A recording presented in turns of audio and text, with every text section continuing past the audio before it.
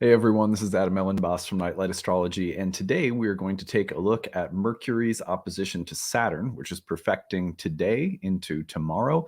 You have already been experiencing this transit if you've been paying attention for the last couple of days, maybe even about the past week, depending on how broad of a range we give Mercury's approach to Saturn.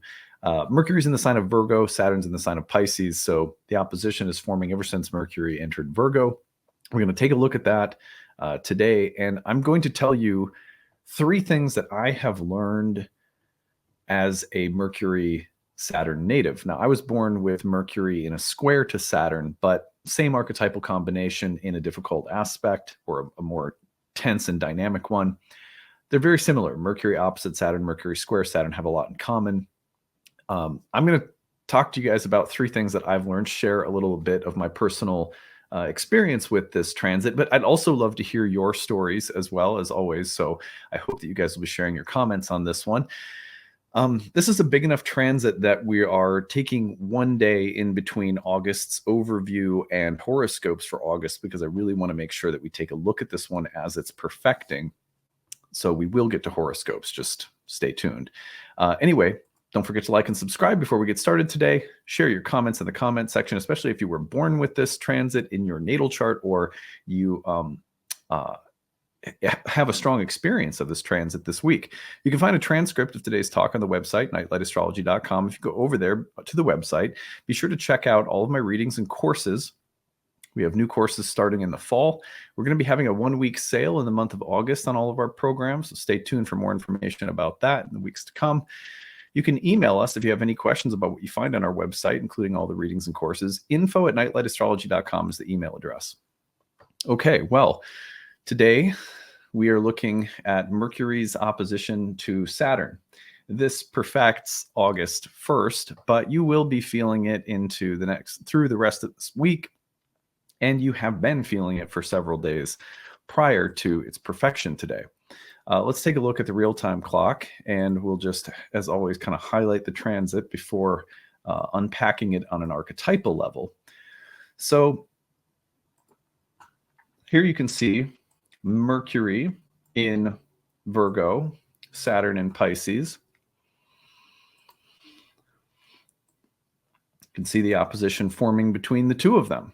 So that is today, Tuesday, August 1st. But what I want you to pay attention to is when we advance this just a couple of days, I want you to notice that the transit remains in effect within 3 degrees, really through Friday of this week. So that 3-degree range, called the engagement range, was very important for ancient astrologers. They said that it was during those 3 approaching degrees and 3 separating degrees that typically the events promised by the transit as an omen, speaking to the unfolding of events, would actually occur. So we do want to watch for the signature of Mercury-Saturn all week. That being said, we are also going to be looking at some other transits this week that that should definitely have us excited. Like, for example, the sun is moving into a square with Jupiter over the weekend and early into next week. And that kind of softens things. It's always important to look at the context, right? So you have Mercury opposing Saturn, which is a little bit rough, but the sun squaring Jupiter, which gives us a little bit of lift. So those kinds of juxtapositions are important because you're never just experiencing one transit. So we're going to pay attention to this. We're also going to be juxtaposing the sun-Jupiter square as the week goes on. Anyway, so our agenda for today is to look at Mercury's opposition to Saturn. Now, I was born with Mercury in Cancer square Saturn in Libra, and so I'm very familiar with Mercury Saturn. Of course, I also have Mercury in a close square with Jupiter, so it's a little different in my chart. It's not because I was born with the Jupiter-Saturn conjunction in 81 in early Libra. So I do have both Mercury, Jupiter, and Mercury, Saturn, but I can tell you, as a Capricorn moon, that I'm very familiar with Mercury, Saturn, and all of its vices and the challenging things. And I think the virtues and blessings of that placement are also really cool. So I want to tell you about my experience with this transit in my lived experience. And I would love to hear from you guys as well. Add to this list that I've made. These are 3 things that I've learned that stood out when I sat down. I always liked a tidy little number, like 3 or 5, And so I was like, what are 3 things I've learned? And these stood out to me right away. So first of all, let's talk about Mercury and Saturn. If you think about Mercury as philosopher and as the curious thinker, as the inventor of the lyre, the first musical instrument, Mercury is curious. Mercury was the ruler of inventions and inventors, of things like alchemy and astrology, the study of omens and the interpretation of riddles and dreams. Mercury is not just the brain or the head or the intellect in some dry, rational sense, though it can be. It is also indicative of all of that kind of curious, riddling. I mean, we call people who are changeable, adaptable, fluid, open, receptive on a mental level, we call them mercurial. And so Mercury is very interesting in that Mercury can represent people who have who are good at like the sciences, or who are good at writing, or even playing an instrument, or speaking, or talking, or thinking and articulating, but also people who might have really fantastic rational capacities. But then when you blend it with Saturn, the Lord of discipline, maturity, gravitas, seriousness, this kind of distant and deep melancholic Saturn, it's a very interesting combination. Mercury Saturn can in fact be indicative of things like melancholy, of sort of a serious mind, of disciplined mental qualities, the mature, serious, austere type of mental features that certain people have. They can be about people who are, structured and maybe even dogmatic or rigid in their thinking, but also people who are wordsmiths, or people who like to learn structures inside and out and weave their way through them quite eloquently, in the way that really good musicians learn scales and then learn to move about them fluidly. So Mercury Saturn's really interesting in that it can show both the tendency toward rigid thinking as well as the tendency to work fluidly within well-defined structures. And I've certainly experienced both in the course of my lifetime, sort of the virtues and the vices. Anyway, these are the three things that I've learned working with Mercury Saturn. Now, remember, again, I kind of have Jupiter in the mix of my Mercury square to Saturn as well. But at any rate, as far as the Mercury Saturn piece goes, three things I've learned. One, trust and faith are more important than certainty. Now, you could replace the word faith with trust or even surrender. But I would say that the vice of Mercury Saturn for me has been this feeling that I can't, like a nagging, almost chronic sense of doubting things, or being sort of cynical and distrusting. Like habitual distrust is how the dictionary defines cynicism, I believe. So habitual distrust, skepticism, feeling like which is maybe a tendency toward critical thinking, being judgmental and critical of myself. And like I have a pretty harsh inner voice. I think a lot of people probably do, but especially if you have a Mercury Saturn contact in your chart, you can have a very kind of authoritarian, rigid, like mental like a little commander. It's like kind of like remember, did you guys ever see the movie Whiplash? It was about a drummer and his music teacher, and the music teacher was just severely abusive, but like brought out his excellence. And I think that's sort of Mercury Saturn's philosophy. Like, if we get rigid and intense and demand perfection, then that'll bring out the best in you, even if it leaves you sort of bloody and battered and feeling like traumatized by your own inner critic. That's Mercury Saturn at its best and worst. In a way, it is a taskmaster that demands mental and intellectual excellence, and it takes everything very seriously. But I've learned over time that trust and faith and a kind of surrender, as well as having disciplines and habits in my life, reading, for example, reading and study habits that I keep up, prayer and meditation that I keep up. But over the years, what I found is that time and time and time again, the call has been to keep my practices while softening the inner voice, softening the way that they're done, softening the voices that tell me why I'm praying or meditating every morning. I don't need to become perfect. It's not about getting better. I was looking back at, it's funny, Ashley and I have been cleaning out a big storage, and we moved to Minnesota and a lot of stuff got put into storage and we never went through it and like, got rid of stuff and looked at what we wanted to keep and didn't. So we've been doing that. And I was going through some old journals and I was looking back and I was like, geez, man, I was like 187 days without sugar. Like I was like, 98 days with, meditating every single day. And like, holy shit, man, I was like coming out of, I don't know, like I'd say, coming out of my 20s and coming out of having some pretty serious problems. And then, really finding psychedelics and starting on a path of healing, sobriety, recovery, health, wellness. Some of the same intensity that drove me to seek, self-medicate with substances was really present in the way that I tried to address my healing. It was very rigid. And I'm sure that many of you can relate. It's like when you begin a healing process, the same rigidity and extremes within yourself that led you into something dysfunctional are sort of present and trying to control or steer the ship when you begin your healing journey, And I was just looking back and I was like, oh, buddy. I was like, that's okay. And even still today, it's not like I'm so much better now or any, like I can still be that way. I can still get pretty rigid. In fact, leaving the religious tradition that I was a part of last year happened as Jupiter in Aries was hitting the Mercury Saturn square in my chart and helping me loosen up and realize that I can have a spiritual path in my life without having the volume turned up so loud on like the discipline and the structure of that path. And for me, that was the realization was that like I couldn't, in order to really do that, I needed some distance from like a formal religious commitment. It was a pretty serious one that I had made. All of that is not to say that you should or shouldn't do anything.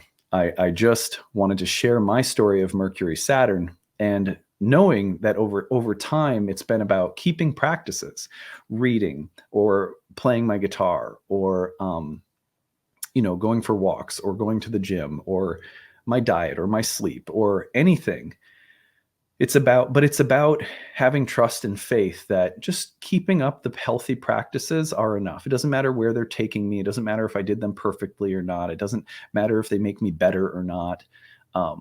So, kind of like learning to have these structured practices of mind or learning that that's a part of who I am. I have that kind of structured, serious mental quality. But like, how do I utilize that part of myself with softness and tenderness, with trust and faith, rather than having to be certain about things? That's been one of the biggest lessons for me. And I suspect that could be a lesson that's in the air for all of us this week. Number 2, curiosity and playfulness is more important than discipline. Now, I want to share with you something that happened to me recently as Uranus was squaring my natal Venus, which I think is fairly compatible with this same idea. So as Uranus is squaring my natal Venus, I got really, really into the Grateful Dead thanks to my wife. And so I've kind of told the story a little bit before on my channel, so I won't repeat it all. But it's funny, like I listened to an interview that John Mayer did with, I don't remember what his name was, but this is someone he was on like a podcast. And he was talking about how he was like, I couldn't get into the Grateful Dead when I was in high school because all I really knew about them was that the people who listened to them were, like tie-dye wearing, pot smoking, grungy looking hippies. And I just knew that I wasn't one of them. So I just sort of assumed that the music wasn't for me. And I laughed when he said that because I was like, oh, dude, that's like, I didn't have anything against hippies in my school. Don't get me wrong. I wasn't like walking around judging them, but I was just like, yeah, it's not really my scene, So my wife, on the other hand, like that kind of was her scene. Like she was going around after high school. She went around a van in the country, like a VW van all over America, following the Dead, tie-dye skirts, the whole thing. Like that wasn't like how I identified with them. Anyway, he was saying in the interview that until you have an experience of the Grateful Dead, because they're not a great studio band, they're a better live band, is what he was saying. And he was saying, you have to have an experience of hearing their live music in a way that makes it really, really personal. And once you have that personal experience of the Grateful Dead, it's sort of like a skeleton key that opens up the entire treasure trove of their music. And like, if you'd have told me all of that before I had this very personal experience over my birthday weekend of going to see 2 Dead and Company shows in San Francisco on their final weekend with my wife, and I just would have thought that that was such a weird, like, I just would have been like, it just seems like such a, I don't know. I just wouldn't have connected with that idea. But that's what happened. I had this profoundly personal connection, a very deep and intense musical high is what I would describe. It was a psychedelic experience, to put it mildly. And now it's like there's no song that I listen to by the Grateful Dead that I'm not like, wow, I really like this, and it's like I couldn't hear it that way beforehand. Anyway, that's exactly what John Mayer was saying in this interview. Now, I have played my guitar for a long time, but it's been a very long time since I have played with a kind of spirit of exploration and curiosity, as opposed to like playing songs that I've learned, songs that I like, and songs that I then play. It's been a very long time for me as an adult since I've sat down with my guitar and sort of just explored and not been attached to something that I learn and then know and then play, if that makes sense.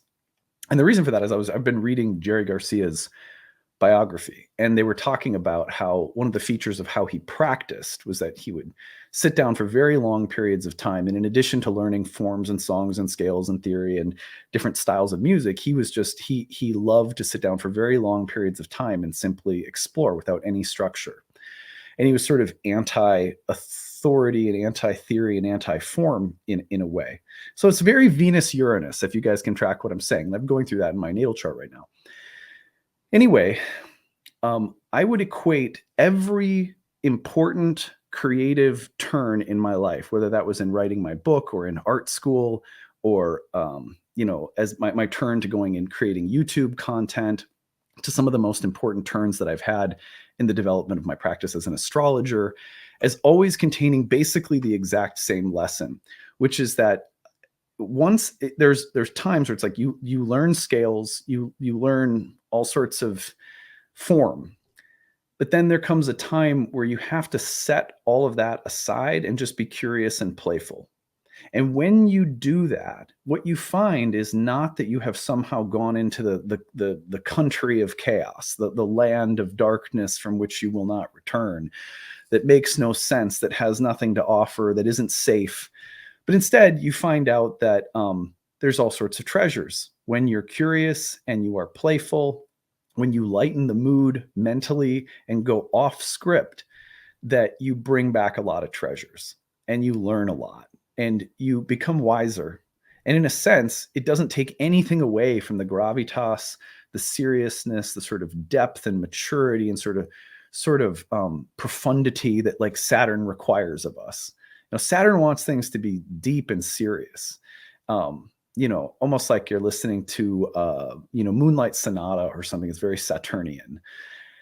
So what I've found as a Mercury Saturn native, which has been a lesson sort of echoed by Uranus transiting Venus in my natal chart, is that anytime that we can go off script and be curious and playful, that our life becomes less of a studio band and more of a live experience, so to speak. And I'm using Grateful Dead analogies here because this has been really live and lucid in my life lately. It's so weird. Like you would have told me. I was like, my wife's such a hippie like the Grateful Dead, like I can't get into them or whatever.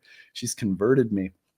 Anyway, so curiosity and playfulness is a hallmark of someone who has taken Mercury Saturn and I think integrated it really well, because Mercury is by nature very curious and very playful. And when you can do that with no sense of losing yourself, with no sense of being lost or adrift, all the fears that Saturn will project onto Mercury as a way of trying to control it. And instead you can say, let's explore and be playful and let's be curious. And what I find is that there is no less substance or safety or structure or form in that playfulness. It's not just pure chaos. There's a lot of very interesting shapes that you can find in that world that Saturn will be totally comfortable with, but can't appreciate unless he loosens his control from the get-go, right? So you have to lean into curiosity and playfulness to get something different out of Saturn. Okay, well, anyway, number 3 is that rules can become artful tools. Now, I have learned this as an astrologer over the years, especially through the craft of horary astrology. In horary, students always start off in the same place, as I did and as I still fall into quite regularly. It's really hard not to, which is that you'll learn, like, okay, with an approach to questions about pregnancy in a horary chart, or with an approach to, with the approach to questions about jobs or relationships or whatever it might be, you have this set of procedures and rules that you follow that are thousands of years old, at least 1500, 1600 years old. They come from at least the medieval period, we know. So they're really old, and there's this like, okay, I do this, and then I do this, and I do this, and then I check my work, and like that. Similarly, I'll use the interview that I was listening to with John Mayer about playing with Grateful Dead. And he said, as a blues player, I'm used to playing in like boxes, in the like pentatonic blues scales. And I'm not any kind of musical, master. I'm very much a noodler. But anyway, he was saying there's boxes.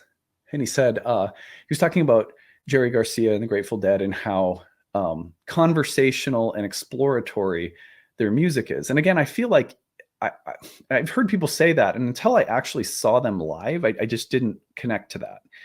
And then I saw them live, and I was like, oh my God, okay, this is this is really special. And so yeah, their music has this very exploratory sense to it, where you can tell that they're very aware of the rules, but they hold on to them very loosely at times. And what I found in horary is that sometimes a chart pops up where the answer is almost riffing off from a rule. It's like sometimes charts pop up and it's like this interesting little twist or play on a rule, and you're like, the chart's bending the rules, and then you get into your head about it. What I found over and over again is that astrology, if I'm to be a good reader, and remember, this was called the art and science of Hermes, Mercury, astrology was. If I'm going to be like a good reader, if I'm going to have decent hermeneutic, then I need to have like a musical ear. I have to be, in a sense, life is meant to be played by ear. And we have to understand rules, structures, forms, etc., but only insofar as we can use them to maintain a living connection within each moment. They're in the rules, the tools, the structures are in service of heart-to-heart connections between living beings and presences, gods, daimons, souls, spirits. And in a horary chart, or in most astrology charts, you learn all of these rules. And the student will get just really frustrated because it seems like the rules don't always work. And that's because the rules are more like the means by which to understand a kind of music, a kind of language that's being spoken or sung. And the rules are meant to teach you how to hear, how to listen, and how to speak sincerely, beautifully, truly, deeply, soulfully. That secondary part is the artfulness. It's really the artfulness of Hermes that comes through when we utilize elements of structure, but we don't become subordinate to them, right? That they are in service to a living vibrational connection that is at the heart of what makes life worth living, So Mercury Saturn is when your rules can become artful tools. That's, to me, a sign that Mercury Saturn is in contact somehow with the soul. So anyway, my thoughts as someone who has stumbled along the path of life, trying my best to work with Mercury Saturn in my own natal chart. Thankfully, Jupiter's there, giving a little bounce, a little lift, but I have struggled with Mercury Saturn a lot. I look back and I'm like 70,000 days without sugar, It's like, I was looking back, like some of my post ayahuasca years where I was single and I was like 380 days celibate. I'm like, Jesus Christ, dude. It's like, I was like, brother, like I want to give myself a hug, but it's all good because I think we all go through things like that. Ashley was really funny. We were going through a box and she found a list, like a laminated piece of paper, a list of rules that she had given herself to live by when she was studying yoga. And they were so, it was like, but it was so diligent, and like we go through these phases in life where we need those rules. We need to entrain ourselves to structures.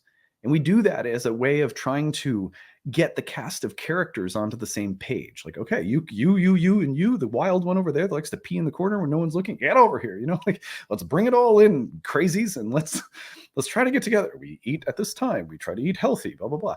So we need Mercury, Saturn to kind of get our shit together, get our ducks in a row. Like you also don't want that to go too far so that there's repression or suppression or ostracization or alienation happening among the cast of characters in our psyche, which can happen if Saturn Mercury gets too extreme. So, okay, well, I hope that this has been useful for you. As always, please add some of your stories. How have you worked with this energy in your life? It's common to everybody. We all have dealt with it. This is an archetypal combination that pervades the human experience, whether you have it in your chart or not. So share your story. I'd love to hear it, and I look forward to seeing you again tomorrow. Bye, everyone.